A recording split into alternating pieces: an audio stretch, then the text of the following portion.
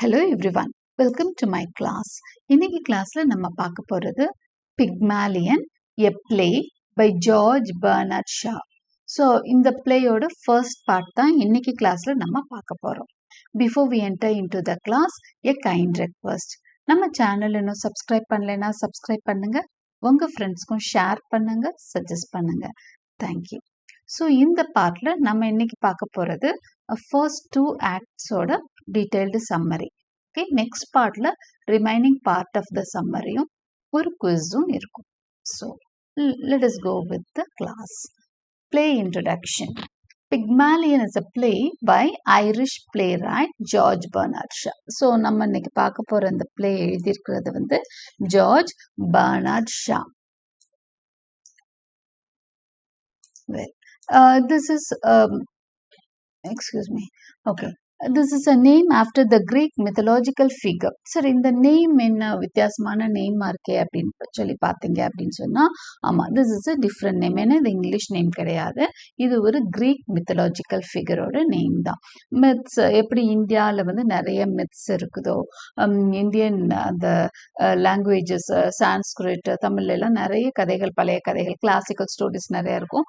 அதே மாதிரி கிரீக்லயும் நிறைய மித்ஸ் இருக்கு. ஸோ அதுல வர்ற ஒரு முக்கியமான ஒரு கதாபாத்திரம் தான் பிக்மாலியன். அந்த நேமை தான் நம்ம ஆத்தர் வந்து அவரோட கேரக்டருக்கு கொடுத்திருக்கிறாரு. It premiered at the Hofburg Theatre in Vienna on 16th October 1913 and was first presented on stage in German. So first வந்து அது டிரான்ஸ்லேட்டட் வெர்ஷன், ஜெர்மன் வெர்ஷன்ல தான் பிளே வந்து பப்ளிஷ் ஆச்சுன்னு சொன்னதை விட எனாக்ட் பண்ணப்பட்டது, ஒரு டிராமாவா எனாக்ட் ஆச்சு. எப்போ அப்படின்னு சொன்னீங்கன்னா, வியன்னால இருக்கக்கூடிய ஒரு ஹாஃபர்க்ன்ற தியேட்டர்ல 16th October 1930 தான் ஃபர்ஸ்ட் வந்து it was presented on stage. In ancient Greek mythology, Pygmalion fell in love with one of his sculptures which then came to life. So ஏன் வந்து இது வந்து பிக்மாலியன்ற நேம் அப்படின்னு சொன்னா, பிக்மாலியன் யாருங்கிறத அதுக்கு நம்ம தெரிஞ்சுக்கணும். பிக்மாலியன் வந்து கிரீக் மித்தலாஜியில ஒரு கேரக்டர். அவன் வந்து ஒரு ஸ்கல்ப்டர்னா அந்த சிலைகள்லாம் வடிப்பாங்க இல்லையா அவங்க. Okay, so what he does அப்படின்னா, அவனோட அந்த பெரிய ஆர்ட் மூலமா அவன் ஒரு அழகான ஒரு பெண்ணை வந்து வடிவமைச்சிருக்கான். அது என்ன ஆகுதுன்னா, அந்த பெண்ணோட சிலை அவ்வளோ அழகா வடிவமைச்சிருக்கான் that he falls in love with the statue. அவன் உருவாக்குன அந்த ஸ்டாச்சு மேல, அந்த ஆர்ட் மேல அவனுக்கு பயங்கரமான லவ் வந்துருது. கடைசியில அந்த அவன் உருவாக்குன அந்த பிக்மாலியன் உருவாக்குன அந்த ஸ்டாச்சுக்கு லைஃப் கொடுக்குறாங்க. அந்த மாதிரி அவனால வேற யாரையும் நேசிக்க முடியல, அவன் சிலையை தவிர்த்து. ஸோ அந்த சிலைக்கு வந்து பின்னாடி உயிர் வர்றதா அந்த ஸ்டோரி வந்து அமைஞ்சிருக்கும். Right, so this is the story of Pygmalion. இந்த கதையை ஏன் வந்து நம்ம ஆத்தர் வந்து அவரோட ஸ்டோரிக்கு வச்சிருக்கிறாரு அப்படிங்கிறதையும் நம்ம as the story goes by நம்ம பார்க்கலாம். நம்ம we shall get into the characters யாரு அப்படின்னு சொன்னீங்கன்னா, Lisa தான் protagonist. Who is she? She's a poor girl who was thrown out by her parents as soon as she was old enough to make a living selling flowers on the street. இவ வந்து flower விற்கிற ஒரு பொண்ணு, பூக்கள் விற்கும் ஒரு பெண். அதாவது ஸ்ட்ரீட்ஸ்ல, தெருவோரத்துல பூக்கள் வித்துட்டு இருக்கா. ஒரு ஏழையான குடும்பத்து பொண்ணு. அவங்க பேரண்ட்ஸ் வந்து அவளையா சம்பாதிக்க சொல்லி அனுப்பிச்சிட்டாங்க. அவ வந்து சம்பாரிச்சிட்டு இருக்கா. So this is about the protagonist. Eliza Doolittle. இது யாரு? லிசா ஒண்ணு இல்ல, லிசாவே தான் பின்னாடி எலிசாவாகிறா. எப்போ அப்படின்னா, the same person as Lisa தான் she becomes எலிசா டூலிட்டில். இது வந்து ஒரு பெரிய லேடியோட நேம் மாதிரி இருக்கு. லிசாங்கிறது ஒரு சாதாரண நேம் மாதிரி இருக்கு. Elisha Doolittle is sounds better இல்லையா, ஒரு ஜென்டில் உமன் லைக்கா இருக்கு. ஆமா, what she begins to be called when she acquires a genteel accent and set of manners under Higgins's tutelage. Eliza Doolittle வந்து ஒரு விஷயம் பண்றாங்க. என்னன்னா, she is learning better English. ஒரு லேடி லைக் ஆக்சென்ட்டை வந்து கத்துக்கிறாங்க. இங்கிலாந்துல வந்து அந்த எப்படி இருக்கும்னா, அந்த பெரிய வீட்டு பிள்ளைங்கலாம் பேசுற லாங்குவேஜ் ரொம்ப ரொம்ப டீசெண்டா நீட்டா இருக்கும். அவங்க மேனர்ஸ் எல்லாமே நீட்டா இருக்கும். ஸோ அந்த மாதிரி ஆக்சிடென்டெல்லாம் அவங்க மாற நேரிடுது லிசா. ஸோ அப்பதான் she changes her name into Eliza Doolittle. லிசாங்கிறது ஒரு சாதாரண வீட்டு பெண்ணோட பேர் மாதிரி இருக்கிறதுனால அவங்க தன்னோட அப்பாவோட பேரையும் சேர்த்து எலிசா டூலிட்டில் அப்படின்னு மாத்திக்கிறாங்க. Henry Higgins, a professor of phonetics who takes on Lisa as a pupil, as a dare or as an experiment. இப்போ இவர் வந்து அடுத்த இம்பார்ட்டன்ட் கேரக்டர் தான் ஹென்ரி ஹிகின்ஸ். இவர் வந்து ஒரு ப்ரொஃபஸர் ஆஃப் ஃபனட்டிக்ஸ். ஃபனட்டிக்ஸ்னா உங்களுக்கு தெரியும் இல்லையா, how to speak a language அப்படின்னு சொல்லி தர்றது தான் ஃபனட்டிக்ஸ். இங்கிலீஷில் வந்து நம்ம எல்லாம் ஃபனட்டிக்ஸ் படிச்சுட்டு தான் இருப்போம். ஸோ எப்படி வந்து வவ்வல்ஸை ப்ரொனவுன்ஸ் பண்ணோம், எப்படி கான்சனன்ஸை ப்ரொனவுன்ஸ் பண்ணோம்னு அது ஒரு தனி ஸ்கிரிப்டோடய போயிட்டு இருக்கும். அப்போ அந்த ஃபனட்டிக்ஸை வந்து அதில் ஒரு மாஸ்டர் தான் ஹென்ரி ஹிகின்ஸ். இவர் வந்து என்ன பண்ணுறாரு அப்படின்னு சொன்னால், ஒரு சாதாரண பெண்ணை ஒரு பெரிய ஹை கிளாஸ் பெண்ணா லாங்குவேஜை வச்சே மாற்ற முடியும்னு அவர் வந்து சேலஞ்ச் பண்ணக்கூடிய ஆள். Just because a language changes an ordinary girl becomes a high class girl. ஒரு அரிஸ்டோக்ராட்டிக் கேர்லா ஒரு சாதாரண பொண்ணை மாற்ற முடியும்னு அவர் நம்புறாரு. அதுக்காகத்தான் எலிசாவை, அதாவது லிசாவை எலிசா டூலிட்டிலா மாத்துறது ஹென்ரி ஹிகின்ஸ் தான். ஒரு சாதாரண ஃப்ளவர் செல்லிங் கேர்ளான லிசாவை நல்ல ஆக்சன்ஸ் கொடுத்து நல்ல மேனர்ஸோட எலிசா டூலிட்டிலா மாத்துறது ஹென்ரி ஹிகின்ஸ். ஸோ இவர் தான் அந்த பிக்மேலியன். ஓகே, ஸோ இந்த ஆத்தர் நான் சொன்னேன் இல்லையா, பிக்மேலியனோட ஸ்டோரி சொன்னேன் இல்லையா, இதுல ஹென்ரி ஹிகின்ஸ் அவராக தான் இருக்க முடியும். ஏன்னா அவரு தான் ஆர்டிஸ்ட், அங்க அவரு தான் வடிவமைக்கிறாரு. எலிசாவை வந்து தன்னோட அந்த ஆர்ட்டை சொல்லி கொடுத்து அவளை வந்து அழகா மாத்துறது Henry Higgins. Okay, Colonel Pickering. Colonel okay, Colonel Pickering யாரு அப்படின்னு சொன்னீங்கன்னா, an English man who has served in India. Colonial Pickering, sorry, colonial Pickering. He is a man, English man who was served in India and returned in the field of linguistics there, a perfect gentleman who always treats Lisa with utmost kindness. Colonial countries அவங்க வந்து ஆட்சி செஞ்சுட்டு இருந்தாங்களே, அந்த மாதிரி இப்போ Bernard Shaw எழுதின டைம்ல எல்லாம் இந்தியா வந்து அவங்களோட காலனியா இருந்தது. அந்த நேரத்துல இந்தியால வேலை பார்த்தவர் தான் Pickering. Okay, Pickering is a man of England who was working in India. இந்தியால அவங்க நிறைய அட்மினிஸ்ட்ரேட்டிங் ஆஃபீஸர்ஸ் எல்லாமே இங்கிலாந்துல இருந்து தான் வந்து இந்தியால வேலை பார்த்துட்டு இருப்பாங்க. ஓகே, அந்த பீரியட்ல. So colonial Pickering was an Englishman who served in India. அடுத்து அவரு இங்க வந்து லிங்குவிஸ்டிக்ஸ் படிச்சுட்டு இருக்காரு, சான்ஸ்கிரிட்ட படிச்சுட்டு இருக்காரு. இவர் ஒரு பர்ஃபெக்ட் ஜென்டில்மேன். இவர் வந்து லிசாவை ரொம்ப கைண்டா ட்ரீட் பண்ணுவாரு. Very nice man is Colonel Pickering. இவர்கிட்ட சேலஞ்ச் பண்ணிட்டு தான் ஹிகின்ஸ் வந்து இந்த எக்ஸ்பெரிமெண்ட்டை எடுத்துக்குவாரு. அதாவது லிசாவை நல்ல ஆக்சன்ட் பேச வைக்கிற அந்த சேலஞ்சை கர்னல் பிக்கரிங், சாரி கொலோனியல் பிக்கரிங்ட்ட தான் எடுத்துக்குவார். மிஸ்ஸஸ் ஹிகின்ஸ் இவங்க யாரு அப்படின்னு சொன்னா ஹென்ரிஸ் மதர். அதாவது ஹிகின் இருக்காங்க இல்லையா, அவங்களோட மதர். இவங்க who disapproves of her son's wild ways and who takes Lisa under her wing. இவங்களுக்கு வந்து மகை மேல நிறைய இது இருக்கு, வருத்தங்கள் இருக்குது. ஓகே, சன் வந்து சரியா அவர் நினைச்சதே சாதிச்சுட்டு இருக்கான்ற மாதிரி அவர் ரொம்ப வைல்டா பிஹேவ் பண்றாருன்ற மாதிரி மிஸ்ஸஸ் ஹிகின்ஸ் வந்து நினைக்கிறாங்க. லிசா வந்து அவங்க வீட்டுக்கு இவர் இது சொல்லி கொடுக்கறதுக்கு கூப்பிட்டு வர்றப்போ ஃபுல்லா லிசாவை பார்த்துக்கிறது மிஸ்ஸஸ் ஹிகின்ஸ் தான். Mrs Pearce, Higgins is housekeeper. So இவங்க வீடு Higgins, professor Higgins, Mrs Higgins, okay, இவங்களோட வீட்டு மெய்டு தான் வந்து Mrs Pearce. She is an extremely proper and class aware lady. She heartily disapproves of the experiment. So இவங்க வந்து ரொம்ப classes பத்தி அவேர்னஸ் எல்லாம் நல்லா இருக்க லேடி. இவங்க வந்து ரிச் கிளாஸ், நம்ம புவர் கிளாஸ். அதே மாதிரி இவங்களுக்கு என்ன தேவையோ அதை பண்ணி வைக்கணும். ஸோ அந்த மாதிரி ஒரு நல்ல இன்டெலிஜென்ஸ். அவங்க வந்து ஒரு ஹவுஸ் கீப்பரா இருந்தா கூட அந்த ரிச் பீப்புளுக்கு என்ன தேவைங்கிறத கரெக்டா பண்ணி கொடுக்கக்கூடிய ஒரு லேடியா தான் மிஸ்ஸஸ் பியர்ஸ் நம்ம பாக்குறோம். ஆனா அவங்க வந்து இந்த எக்ஸ்பெரிமெண்ட்ல உடன்படவே இல்லை ஆரம்பத்துல இருந்து. லிசாவுக்கு இந்த மாதிரி ட்ரைனிங் கொடுக்காதீங்க, அவ பாட்டுக்கு வாழ்ந்துட்டு இருக்கா, இதை கொடுத்தீங்கன்னா பிரச்சனை ஆகும்னு சொல்றவங்க தான் Mrs Pearce. Freddie, a poor gentle young man who falls in love with Eliza. Freddy அப்படிங்கிறது யாரு அப்படின்னா, ஆரம்பத்திலேயே லிசாவும் ஃப்ரெட்டியும் ஃப்ளவர் கேர்ளா இருந்தப்பே பார்த்துருப்பான். ஆனா பின்னாடி அவளை வந்து அந்த ஒரு அரிஸ்டோக்ராட்டிக் ஸ்டைல்ல பாக்குறப்போ he falls in love with this girl. Okay, Clara. Clara is Freddy's sister. ஃப்ரெட்டியோட சிஸ்டர் தான் கிளாரா. மிஸ்ஸஸ் எய்ன்ஸ்ஃபோர்ட் ஹில் யாரு? இவங்க 3 பேரையும் நம்ம ஃபர்ஸ்ட் சீன்லயே பார்ப்போம். மிஸ்ஸஸ் எய்ன்ஸ்ஃபோர்ட் ஹில் யாரு அப்படின்னு சொன்னா இவங்க தான் ஃப்ரெட்டிக்கும் கிளாராக்கும் மதர் தான் Mrs Eynsford Hill. Mr Doolittle, Eliza டூலிட்டில்னு படிச்சோம் இல்லையா? அப்ப டூலிட்டில்ங்கிறது லிசாவோட அப்பா, அவர் தான் Mr Doolittle. Liza's father who amuses Higgins very much. He comes into a fortune after the death of an American millionaire to whom Higgins had recommended him. So இவர் வந்து எலிசாவோட அப்பா தான். கொஞ்சம் கூட மகமேல அக்கறையெல்லாம் கிடையாது. ஆனா ஒரு வித்தியாசமான இன்டெலிஜென்ட்டான கேரக்டர் அப்படின்னு சொல்லி அவரை வந்து நம்ம ஒரு அம்யூசிங் கேரக்டரா நம்ம அவரை பார்க்கலாம். So let us get into the plot summary. Act 1, first act. இது வந்து detailed play அப்படிங்கிறதுனால act wise summary நான் வந்து உங்களுக்கு கொடுத்துருக்கேன்.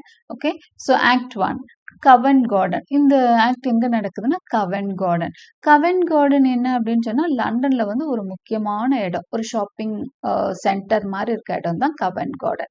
அங்கதான் இந்த ஃபர்ஸ்ட் சீன், அதாவது ஃபர்ஸ்ட் ஆக்ட் 1 வந்து நடக்குது. ஃபர்ஸ்ட் ஆக்ட் வந்து நடக்குது. ஸோ அங்க என்ன நடக்குது அப்படின்னு சொன்னா இட் இஸ் ரெய்னிங் ஹெவிலி. அந்த ரெயினுக்கு பயந்துட்டு நிறைய பேர் ஒரு இடத்துல வந்து ஒரு ஷெல்டர் மாதிரி இருக்கு, அந்த இடத்துல நிறைய பேர் அந்த இடத்துல மழைக்காக ஒதுங்கி இருக்காங்க. அந்த இடத்துல தான் ஆரம்பிக்கும். A group of people are sheltering from the rain. Among them are the Ainsford Hills, superficial social climbers eking out living in genteel poverty. சரி, இவங்க யாரு? இங்க யாருக்கு நம்ம ஃபர்ஸ்ட் இன்ட்ரடியூஸ் ஆகுறோம்னா எய்ன்ஸ்ஃபோர்ட் ஹில்ஸோட வீட்டு ஆளுகளோட தான் நம்ம இன்ட்ரடியூஸ் ஆகுறோம். நான் வந்து இந்த கேரக்டர் ஸ்கெட்ச் சொல்றப்ப இவங்க 3 பேரை பத்தியும் சொன்னேன். கிளாரா, எய்ன்ஸ்ஃபோர்ட் ஹில், ஃப்ரெட்டி, இவங்க 3 பேர்கிட்ட தான் பிளே வந்து ஆரம்பிக்குது. ரைட்? ஸோ இவங்க 3 பேரும் அங்கே இருக்காங்க. அவங்க யார் அப்படின்னு சொன்னால் இவங்க வந்து ஆக்சுவலாக இப்போதைக்கு அவ்வளவா வசதி இல்லை, பட் ரொம்ப நல்லா வாழ்ந்து நடிச்ச குடும்பம் மாதிரி அவங்க. ஓகே, ஜென்டில் ஃபேமிலி, பெரிய வீட்டு பிள்ளைங்க தான் அவங்க, பெரிய குடும்பம் தான். But now they are living in poverty, gentle poverty அப்படின்னு அதனால அவங்கள சொல்கிறாங்க.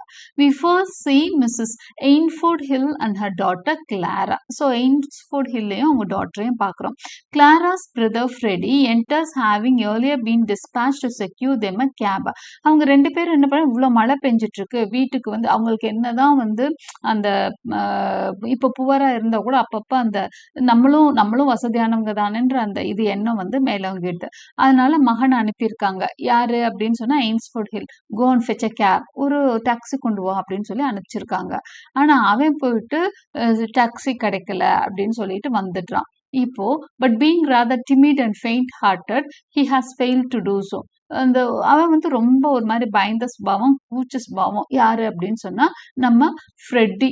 அதனால ஒரு டாக்ஸியை கூப்பிட்டு தைரியமா கூப்பிட்டு வர்றதுக்கு கூட அவனுக்கு தைரியம் பத்தாத மாதிரி காமிச்சிருக்காங்க. திரும்பவும் அம்மாவும் மகளும் போய் டாக்ஸியை கூப்பிட்டு வந்தாகணும் அப்படின்னு சொல்லி அனுப்பினோன்னு as he goes off once again to find a cab, he bumps into a flower girl, Eliza Doolittle.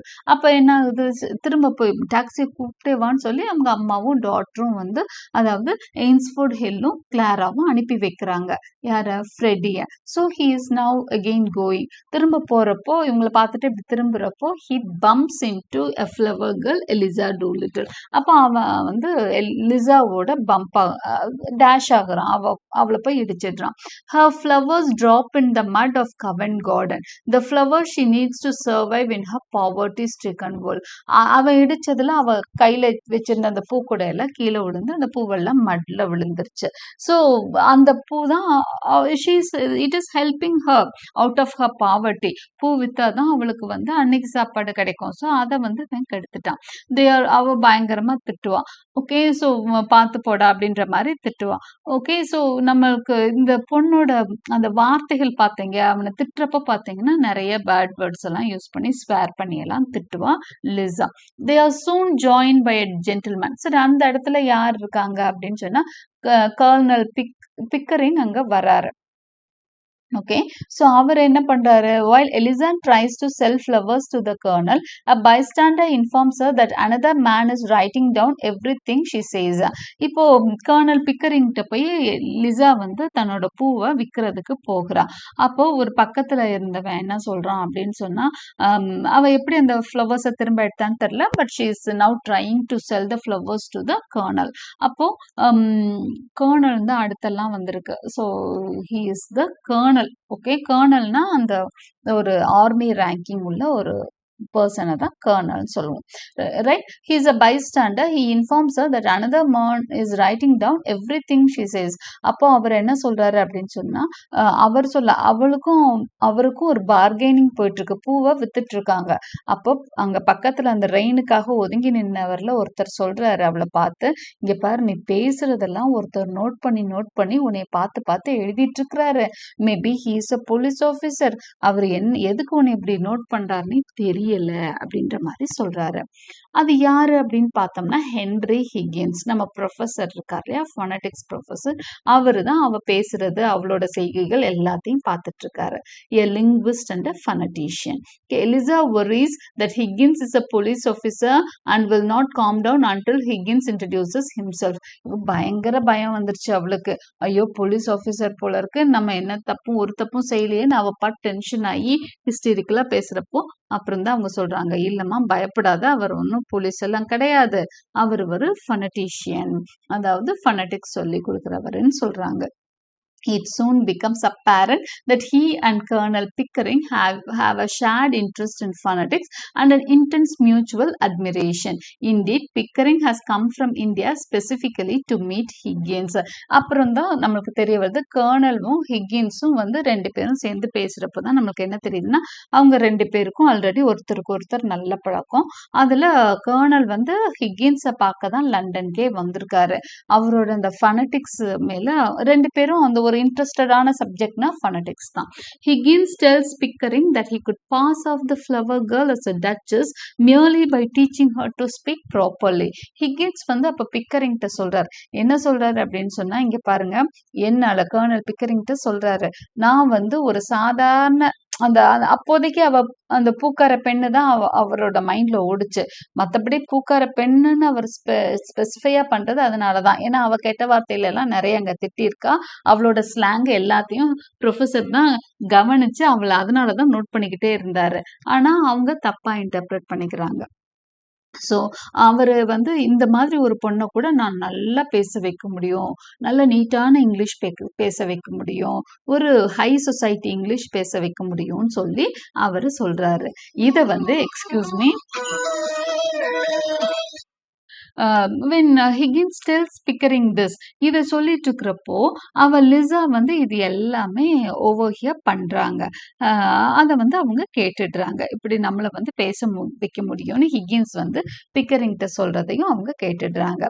These words of Brave Widow spark an interest in Eliza, who would love to make changes in her life and become more mannerly, even though to her it only means working in a flower shop. இப்போ எலிசாவை பொறுத்த வரைக்கும் என்ன அப்படின்னு சொன்னா, இதை கேட்டோன்னா அவளுக்கு ரொம்ப ஹாப்பி ஆயிடுது. அவ ஆல்ரெடி நினைச்சிட்டு இருக்கா, நம்ம கொஞ்சம் மேனர்லியா இருந்தோம்னா, நீட்டா பேசி நல்ல பழக்க வழக்கத்தோட இருந்தோம்னா நம்ம ஏதாவது ஃப்ளவர் ஷாப்ல வேலைக்கு போய் சேர்ந்துடலாம் அப்படின்னு சொல்லி அவ ஆல்ரெடி பிளான் பண்ணி வச்சுட்டு இருந்தா. ஏன் ஃப்ளவர் ஷாப் அப்படின்னா, அவளோட பெரிய எய்ம் அதா தானே இருக்க முடியும். அவ வந்து ஆல்ரெடி பூ வித்துட்டு இருக்கா, அவளோட பெரிய எய்ம் வந்து ஒரு பெரிய பூக்கடையில வேலைக்கு சேரணும், அதுதான் அவளோட எய்ம். இப்போ அதுதானே, இப்போ நேச்சுரலா ஒரு சைக்கிள் விற்கிறவங்கன்னா, அடுத்த சைக்கிள் ஓட்டிட்டு இருக்கிறவன் அப்படின்னா அவனுக்கு வந்து ஒரு ஸ்கூட்டர் வாங்க ஆசையா இருக்கும், ஸ்கூட்டர் ஓட்டுறவனா புல்லட், அந்த மாதிரி தான் அடுத்தடுத்த ரேங்க் தானே போக விரும்புவாங்க. ஸோ அவளோட கெப்பாசிட்டிக்கு என்னன்னா ஃப்ளவர் ஷாப்ல வேலை பார்க்கறத பெரிய ஆப்பர்ச்சுனிட்டியா அவன் நினைக்கிறா. ஸோ நம்ம ஒரு நல்ல லாங்குவேஜ் பேசிட்டு நீட்டா இருந்தோம்னா ஃப்ளவர் ஷாப்ல போய் வேலைக்கு சேர்ந்துடலாம் அப்படின்னு சொல்லி அவன் நினைக்கிறா. At the end of the act, Freddie returns after finding a taxi, only to find that his mother and sister have gone and left him with the cab. Eliza takes the cab from him using the money that Higgins tossed to her, leaving him on his own. Okay, இப்போ என்ன ஆகுதுன்னா, Freddy வந்து அங்க வரான். அவங்க அம்மாவும் பொண்ணும் அவனை அனுப்பிச்சிருந்தாங்க கேப் எடுத்துட்டு வர சொல்லி. அவன் போய் கேப் எடுத்துட்டு வர்றதுக்குள்ள மழை நின்று அம்மாவும் பொண்ணும் போயிட்டாங்க. இப்பதான் ஃப்ரெடி வந்து கேப் எடுத்துட்டு வந்திருக்கான். அதை பார்த்தோன்னே எலிசா என்ன சொல்றான், ஓகே நீ இப்போ ஒன்று கேபுக்கு நான் பணம் கொடுத்துக்கிறேன். அவளுக்கு ஏது பணம் அப்படின்னு சொன்னா ப்ரொஃபசர் வந்து எதுக்காக கொடுத்தாருன்னு தெரியல. He has given the money to her. Okay அவளுக்கு அப்படியே டாஸ் பண்ணி விட்டுட்டு அவர் சொந்த விரல்ல தட்டுற பணம் தான் கொடுத்துட்டு போயிருக்கிறாரு. அதை வந்து அவ என்ன பண்றா அப்படின்னு சொன்னா கேபுக்கு கொடுத்துட்டு அவ வந்து கேப்ல போறா. ஓகே எங்க போறா அப்படிங்கிறத நெக்ஸ்ட் ஆக்ட்ல நம்ம தெரிஞ்சுக்க போறோம். ஹிகின்ஸ் ஹவுஸ்க்கு தான் போறா. Act 2 Higgins house the next day. As Higgins demonstrates his fanatics to Pickering, the housekeeper Mrs. Pierce tells him that a young girl wants to see him.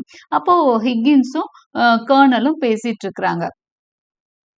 Kernel பிக்கரிங்கும் ஹிகின்ஸும் அவங்க வீட்டில் வச்சு பேசிட்டு இருக்கிறப்போ ஹவுஸ் கீப்பர் இருக்காங்க இல்லையா, அவங்க வீட்டு மெய்டு மிஸ்ஸஸ் பியர்ஸ் வந்து சொல்றாங்க, ஒரு யங்கல் வந்திருக்காங்க அவங்கள பார்க்க அப்படின்னு சொல்லிட்டு. யாருன்னு பார்த்தா எலிசா.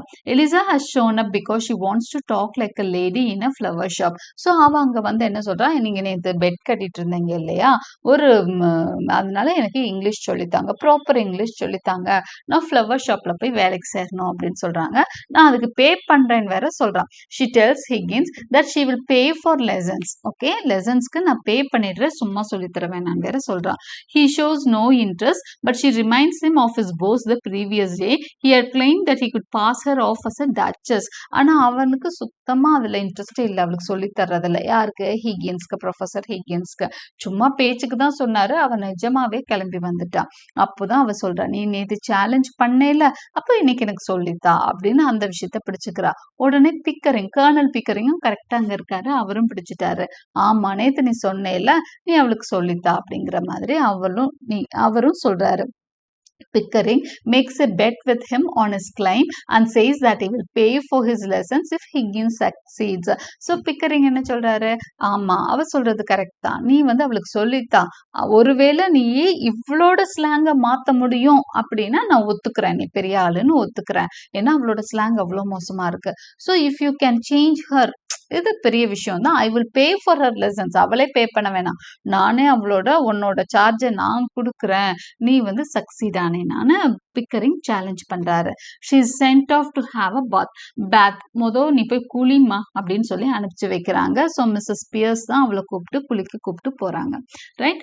ஆல்ஃப்ரெட் டூ லிட்டில், சரி இதுதான் சிச்சுவேஷன். இப்போ செகண்ட் ஆக்ட்ல வந்து எலிசா வந்து ஃபர்ஸ்ட் ஆக்ட்ல ப்ரொஃபசர் ஹிக்கின்ஸ் வந்து ஒரு சேலஞ்ச் பண்ணியிருக்காரு. செகண்ட் ஆக்ட்ல வந்து யார் வந்துட்டா, லிசா வந்து அவங்க வீட்டுக்கு நேரா வந்து என்னை மாத்துங்கன்னு சொல்லிட்டு வந்துட்டாங்க. அவங்களே கேட்டு வந்துட்டாங்க, நான் வந்து இங்கிலீஷ் சரியா பேச மாட்டேன், என் ஸ்லாங் நல்லா இல்ல, make my slang a better one so that I can work in a flower shop. அதுதான் அவங்களுக்கு எதுக்கு அந்த இங்கிலீஷ் வேணும் அப்படின்னா ஒரு நல்ல கடையில வேலை பார்க்கலாம், அவ்வளவுதான். ஸோ இதுக்கு சேலஞ்ச் வந்து அவர் எடுத்துட்டாரு. She is first given a bath, அவளுக்கு போய் குளிக்க சொல்றாங்க. Alfred Doolittle, Eliza's father, appears with the sole purpose of getting money out of Higgins, having no paternal interest in his daughter's welfare. இப்ப யார் அங்க வர்றாங்கன்னா ஆல்ஃப்ரெட் டூ லிட்டில் வரான். அவன் யார் அப்படின்னா எலிசாவோட ஃபாதர். அவர் வந்து எலிசாவோட பணம் அவருக்கு எப்பவுமே தேவைப்படும். எலிசா சம்பாரிச்சு கொண்டு வந்து கொடுக்குற பணம். ஸோ அவருக்கு பெருசா இன்ட்ரெஸ்ட் எல்லாம் இல்லை டாட்டரோட வெல்ஃபேர்ல, பணத்துக்காக தான் வராரு. இப்போ அவ ஏதோ ஒரு முக்கியமான இதுல அவ வந்து வேற இங்க ஜாயின் ஆயிருக்காளா. He request and receive 5 pounds in compensation for the loss of எலிசா. ஐயோ நீ எலிசாவை கூப்பிட்டு போயிட்டேன்னா எனக்கு யாரு சம்பாரிச்சு கொடுப்பான்னு சொல்லி காம்பன்சேஷன் வேணும் அப்படின்னு கிளைம் பண்ணி 5 pounds வாங்கிக்கிறாரு. யார்கிட்ட இருந்துன்னா ப்ரொஃபசர் ஹிகின்ஸ்ட. ஸோ அதுவும் ஞாபகம் வச்சுக்கோங்க, he gets 5 pounds in compensation for எலிசாக்காக அவர் வாங்கிக்கிற அமௌண்ட் வந்து 5 pounds. Much amused by Doolittle's approach to morality, he is tempted to pay 10. அவர் 10 கூட பே பண்ண தயாரா இருந்தார். யாருன்னா ஹிக்கின்ஸ். ஏன்னா அவனோட மொராலிட்டி, அவனோட பேச்சு எல்லாமே வித்தியாசமா இருந்தது. ஆனா அவன் 5 தான் வாங்கிக்கிறான். With his intelligent mind untamed by education, he has an eccentric view of life. அந்த ஆளு கொஞ்சம் கூட பொண்ணு மேல கேர் இல்லை, இன்ட்ரெஸ்ட் இல்லை, என்னவா இருந்தா கூட அவனுக்குன்னு ஒரு வித்தியாசமான வியூ ஆஃப் லைஃப் இருக்கு. அவனோட பார்வை உலகத்து மேல வித்தியாசமா இருக்கு. அது ரொம்ப இன்ட்ரெஸ்டிங்கா இருக்கு. யாருக்குன்னா ஹென்றி ஹிகின்ஸ்க்கு, ப்ரொஃபசர் ஹென்றி ஹிகின்ஸ்க்கு. அந்த அவன எப்படி நினைக்கிறார் அப்படின்னா, "an intelligent mind untamed by education." அதாவது எஜுகேஷன் பாழ்படுத்தாத ஒரு இன்டெலிஜென்ட் மைண்ட் வந்து. ஏன்னா இன்டெலிஜென்ஸ் இருக்கிறப்ப தான் ஒரு சாரி எஜுகேஷன் இருக்கப்ப தான் ஒரு இன்டெலிஜென்ட் மைண்ட் வந்து அப்படியே ஷேப் ஆகும். இப்போ இன்டெலிஜென்ஸ் இல்லாததுனால, எஜுகேஷன் இல்லாததுனால, அவனோட இன்டெலிஜென்ஸ் வந்து அன்டேம்டா இருக்கு அப்படின்னு சொல்றாரு. The scene ends with Higgins telling Pickering that they really have a difficult job on their hands. இப்போ கடைசியா அந்த சீன் முடியிறப்போ, அந்த ஆக்ட் முடியிறப்போ ஹிக்கின்ஸ் என்ன சொல்றாரு பிக்கரிங்ட்டு, பெரிய கஷ்டமான வேலை எனக்கு, நான் ஒத்துக்கிட்ட வேலை, இப்போ நான் அதை செய்யணும் அப்படின்னு சொல்லிட்டு இருக்கிறாரு. So with this act 2 comes to an end. அதோட பார்ட் 1ஐயும் நம்ம முடிச்சுக்கிறோம். நெக்ஸ்ட் பார்ட்ல ரிமைனிங் பார்ட் ஆஃப் த ஸ்டோரியும் ஒன் வேர்ட்ஸ் குவிஸ் பார்க்கலாம் நம்ம. Okay, I hope you like my explanation. Like and subscribe my channel for more such videos. Press the bell icon for continuous notifications, and thank you for watching.